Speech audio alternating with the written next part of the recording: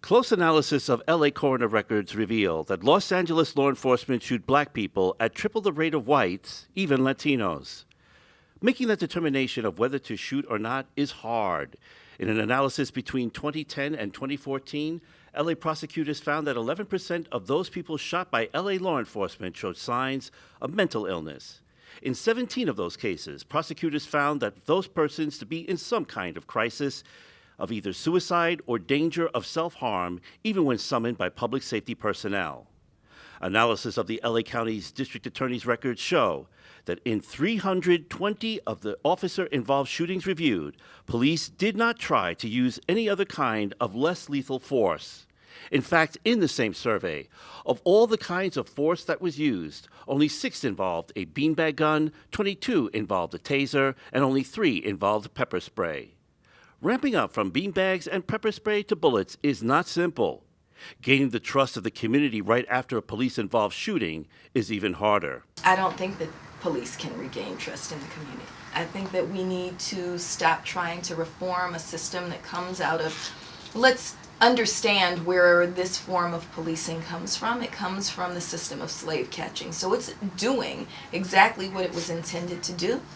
And so trying to reform something that was built to oppress us, built to brutalize us, built to kill us, is misplaced energy. And so what we need to do is redefine and reimagine what public safety looks like, rather than trying to encourage our community to trust police who aren't there to benefit us.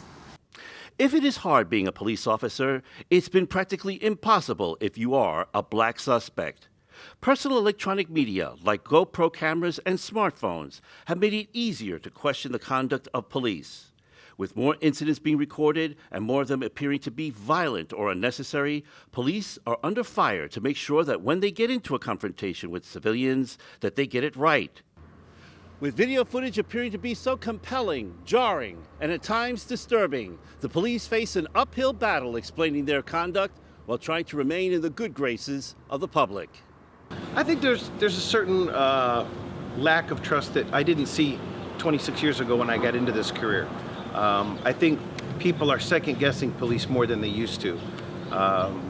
And so it's incumbent upon us to make sure that we're right, and to be able to show that we're right and prove that we're right, and we're not lying in police reports and using unnecessary force, things like that.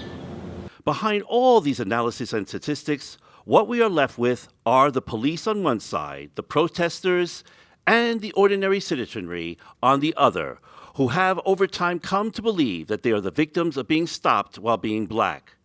While all sides have an agenda that competes with the others, what is sometimes lost in the statistics is that behind those numbers are real, living people.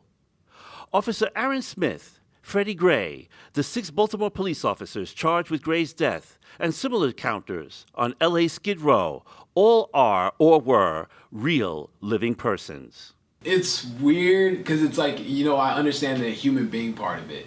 Like, understanding that like a police officer is a person kind of like makes more sense, Like, it's not RoboCop. They aren't, looking at people and then making the correct choice based off of a list of efficiencies and whatever it is. Like, they're not RoboCop. They're human beings. And human beings make mistakes, and they may not necessarily be in it for the right reason. And then hearing stories from my dad, you get to learn that maybe some are worse than others. These statistics probably don't reflect a spike in officer-involved shootings. Rather, it is probably increased scrutiny that have put these black and blue incidents in the public's eye. It remains to be seen if that scrutiny changes things for the better. From Los Angeles, I'm Al Castro for Cal State LA's Eagle Eye View.